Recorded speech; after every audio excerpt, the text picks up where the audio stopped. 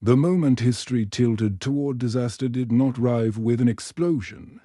It arrived with hesitation at 4:17 Greenwich Mean Time. Every early warning system across the northern hemisphere registered something it was never designed to explain. A brief electromagnetic disturbance rippled across the Arctic sky. Too weak to be an attack, too deliberate to be a malfunction. No missile plume followed. No radar track completed its arc. Just a pause half a second long during which the world's most expensive machines stopped trusting their own data. Inside the Pentagon's National Military Command Center, screens blinked, corrected themselves, and returned to normal.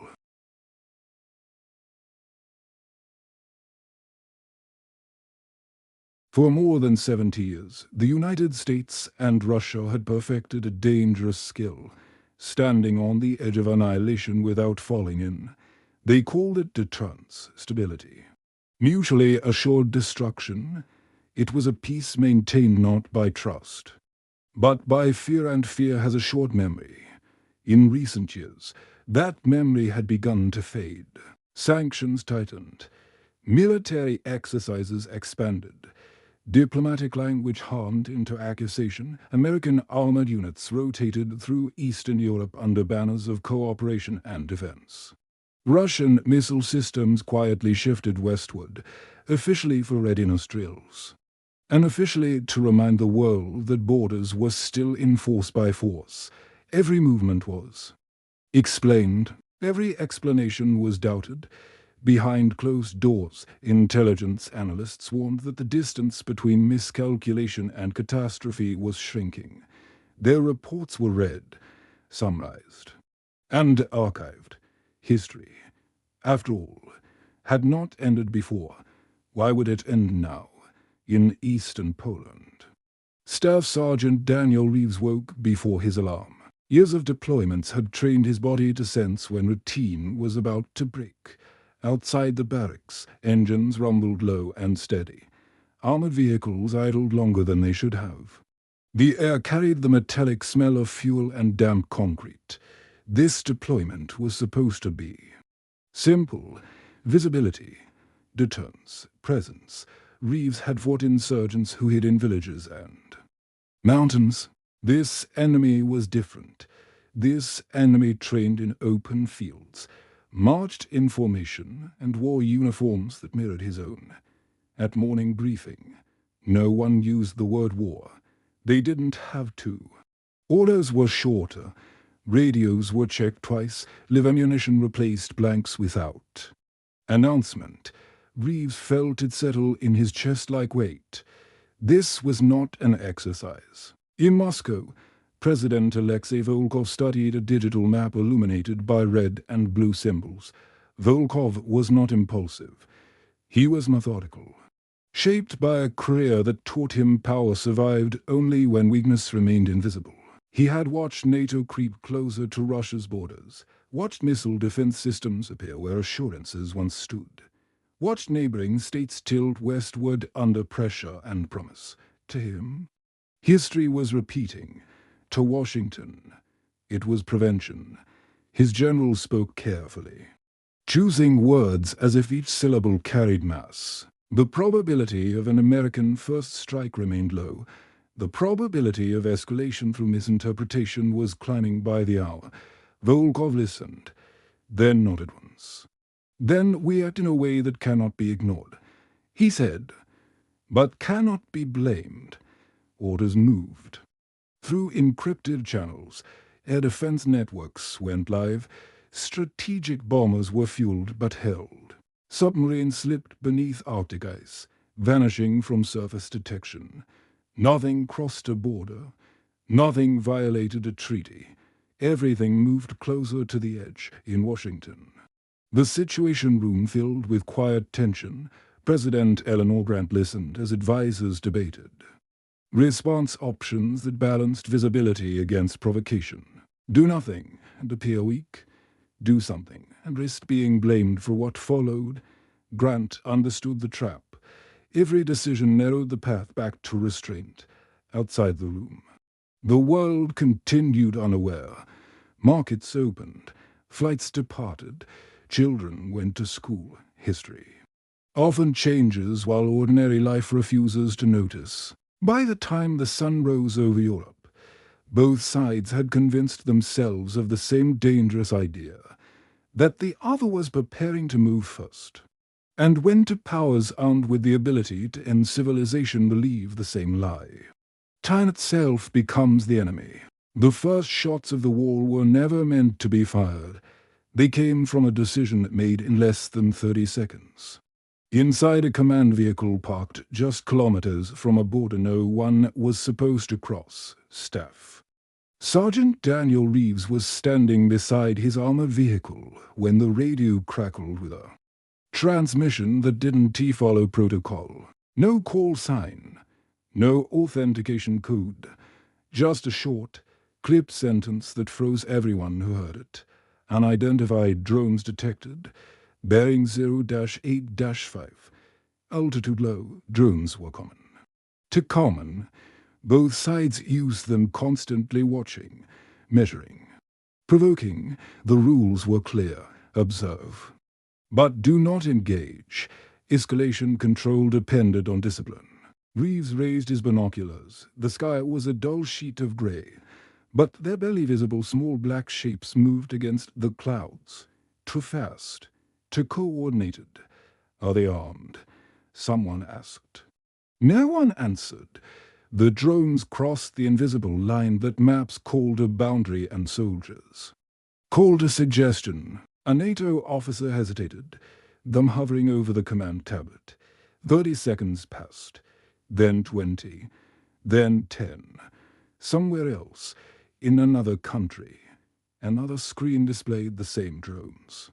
Another officer saw them cross another line and interpreted the movement differently. At 6:41, local time, an air defense system locked on. The missile was designed to destroy aircraft traveling at supersonic speed. It was excessive. It was final. The explosion lit the sky for less than a second. Debris rained down into a forest that had stood untouched since the Second World War. The drone vanished from radar. Cheers did not follow. Neither did relief. Every soldier on that line knew what had just happened. The war had found its excuse. Within minutes, social media filled with grainy footage, a flash in the sky, smoke rising beyond trees, anonymous accounts declared it an act of aggression. Official channels denied everything while quietly shifting forces in Moscow. The news reached President Volkov as he stood before a wall of monitors. He did not shout. He did not smile. He simply closed his eyes for a moment longer than necessary. So, he said quietly, "It begins." His advisors spoke at once. Diplomatic protests. Emergency Security Council meetings, controlled retaliation, measured response, the language of. Restraint collapsed under the weight of reality. Volkov raised a hand. No missiles. He said, "Not." Yet, instead, cyber units were activated, teams that had waited years for this moment.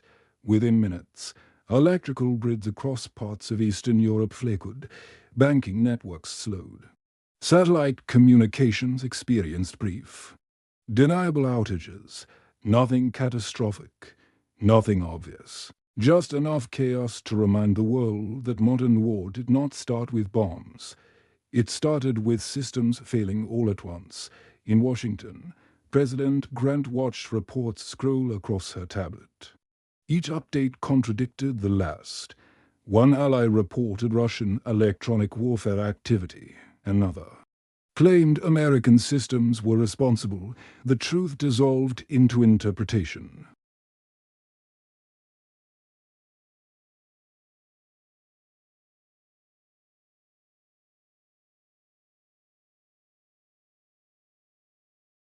The markets reacted before the public did. Oil prices spiked. Shipping lanes rerouted. Insurance firms quietly rewrote policies. War, even before it kills, disrupts everything it touches. On the ground, Reeves and his unit were ordered to full combat readiness. No crossing orders, no offensive. Maneuvers, just hold the line. The problem with holding a line is that lines exist only on maps. As night fell, artillery thunder echoed from far beyond visual range. Training rounds, officially. The sound alone was enough to keep no one sleeping. Reeves lay inside his vehicle, helmet still on, listening to the distant concussions roll across the countryside. Each blast felt closer than the last, even if it wasn't. He thought of his family back home, waking up to news alerts that carefully avoided the word war. He wondered how long that avoidance would last. Across the border, a young Russian conscript stood guard in a muddy trench, fingers numb, breath visible in the cold air. He had joined the army for tuition benefits and stability. Now, he stared into darkness, convinced that something on the other side was staring back. Neither soldier hated the other. Neither had chosen this moment, but history had, by dawn. The first confirmed casualties were reported, not from bullets or bombs, but from accidents. A helicopter crash during a night maneuver, a naval collision in heavy fog. War's opening toll often came quietly, claimed by confusion rather than intent. Diplomats scrambled, emergency calls were made, accusations hardened into ultimatums. Each side demanded assurances the other could not give by the end of the second day.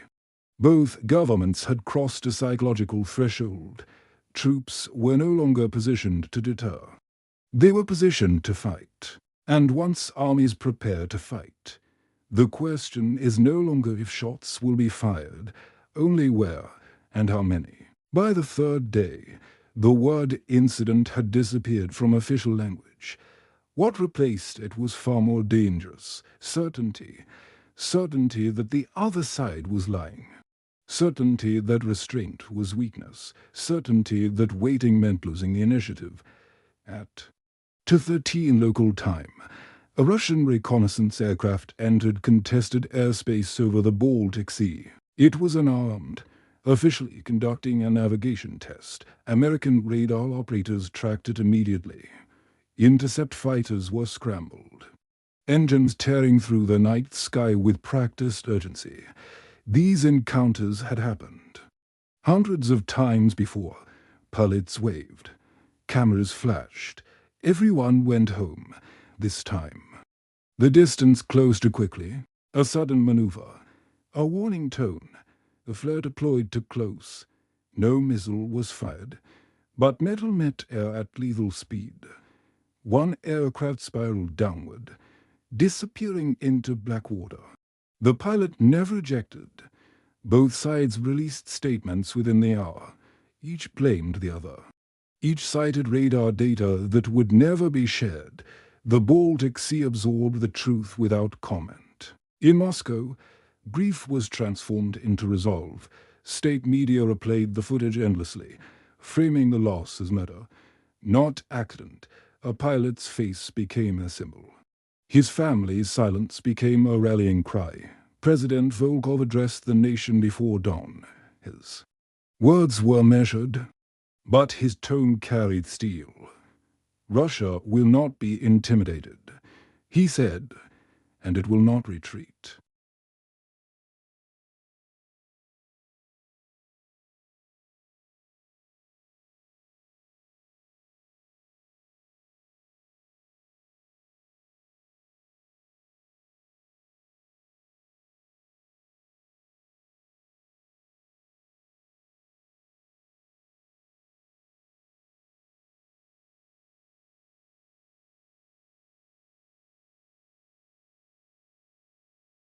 The action was defensive, she told herself.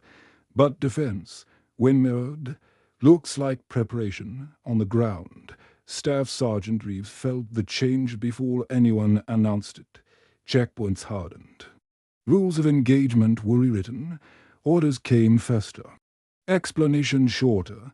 The silence between radio transmissions grew heavier. During a night patrol near a forested ridge, Reeves' unit detected movement ahead. Thermal signatures flickered through trees, human-sized, armed. They halted, protocol demanded confirmation. Russian patrols operated in the same area, sometimes deliberately, sometimes not. A shout echoed in the darkness Russian. Sharp and commanding, his spotlight cut through the trees, blinding and sudden. Someone tripped, a weapon discharged. The sound was deafening. No one knew who fired first. That question would be debated for decades. What mattered was that once the first bullet tore through the air, discipline collapsed into instinct. Shots rang out. Muzzle flashes strobed the forest. Shouts turned into screams. Within 90 seconds, it was over. Two Russian soldiers lay dead. One American was wounded, bleeding heavily but alive. Reeves knelt beside him, hands slick with blood, heart hammering. Training took over. Fear waited its turn. By the time command acknowledged the engagement, it was already history. Both governments faced a choice they had avoided for years: admit loss of control or escalate to regain it. They chose escalation. Artillery units on both sides were repositioned under the cover of darkness. Missile batteries shifted from standby to active targeting.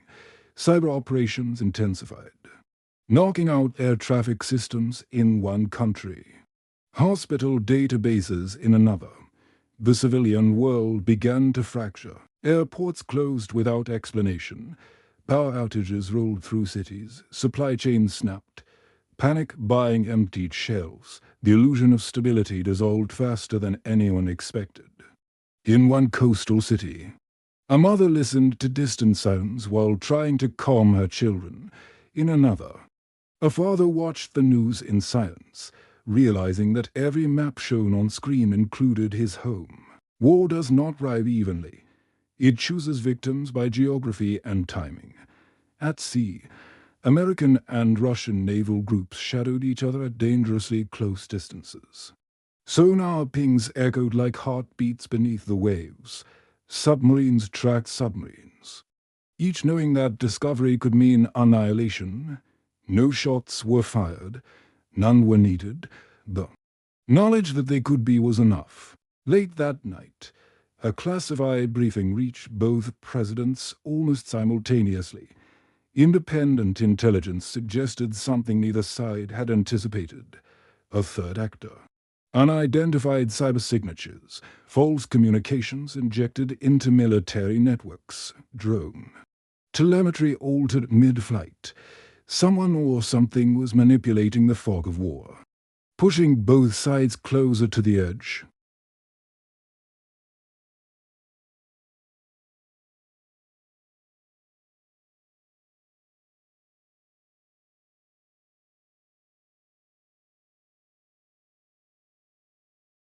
By sunrise, the first long-range missiles were moved from storage into launch-ready positions. Not launched, just visible enough to be noticed. The message was unmistakable. The age of warning shots was over. The next move would not be accidental, and once it came, there would be no turning back. The fourth day began with a failure that no one could immediately explain. Across multiple time zones, military communication networks experienced brief but synchronized delays milliseconds long. Barely noticeable, yet catastrophic in consequence.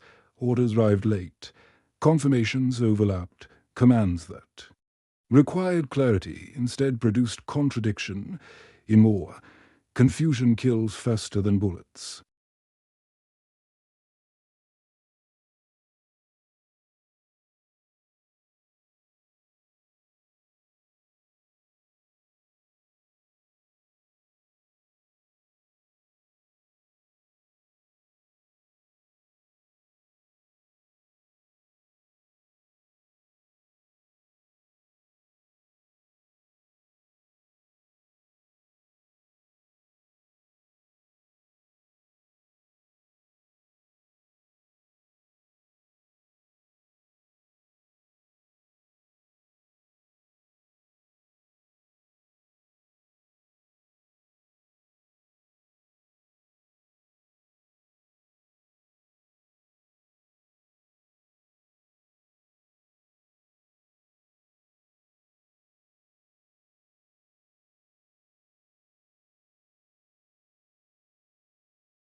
Strategic forces remained on standby, but their readiness levels were quietly elevated. The unspoken message reached Washington almost immediately. Staff Sergeant Reeves felt the shift on the ground. Artillery thundered continuously now. No longer distant or abstract, shock waves rattled his vehicle. The air tasted like dust and burned. Metal.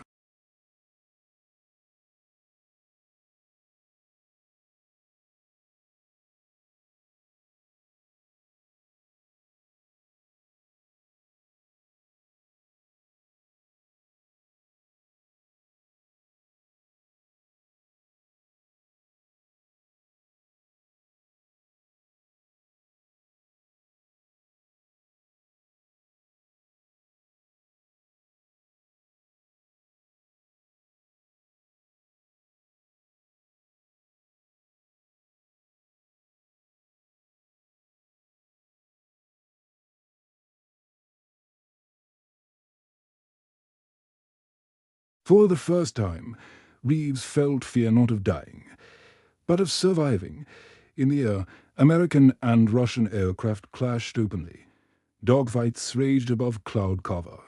Unseen by those below except for contrails and falling debris, pilots fought with skill and desperation, knowing capture meant uncertainty and death meant simplicity. At sea, a naval engagement unfolded in darkness. Radar contacts merged. Sonar pings overlapped. A single torpedo found its mark. The ship did not sink immediately. It burned, listing heavily. Crew scrambling as alarms wailed. Rescue efforts were complicated by the presence of enemy. Vessels, survivors waited in the water, praying the war would pause long enough to let them live. It did not. News channels abandoned speculation and adopted language once reserved for textbooks. Anchors spoke of fronts, losses, advances. Casualty numbers appeared with grim regularity. Civilians everywhere began to understand what leaders had delayed admitting. This was war, in both capitals. Emergency sessions convened deep underground.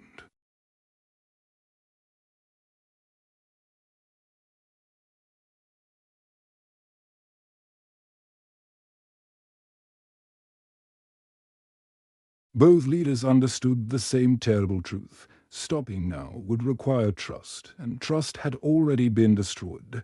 As night fell, long-range missile units on both sides entered full readiness. Launch crews received sealed orders they were not yet authorized to open. Submarines adjusted.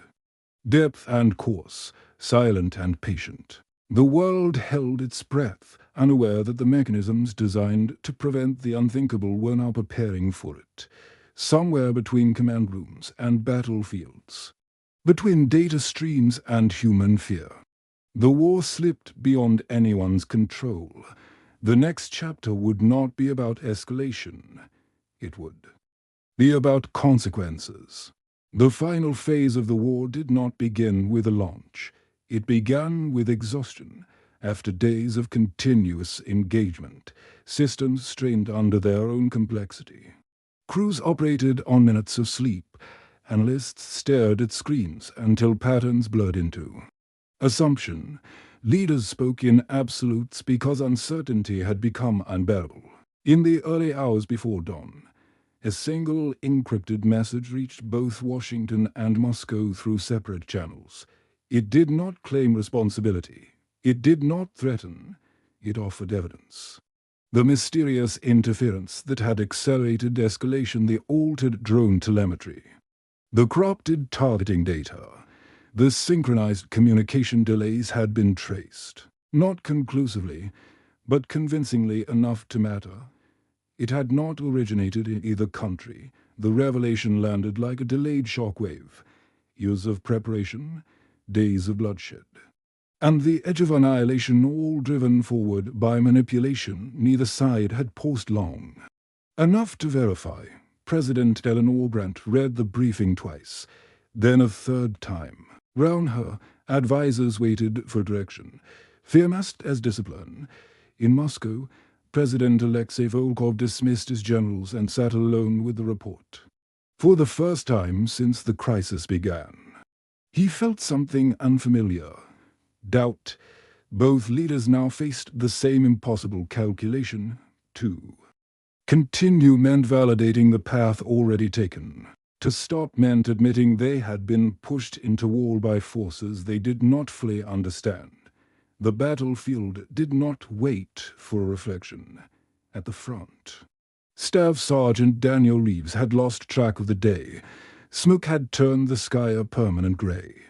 His unit held a shattered position overlooking a road that no longer led anywhere. The ridge line they had been ordered to secure was now a scar of craters and twisted metal.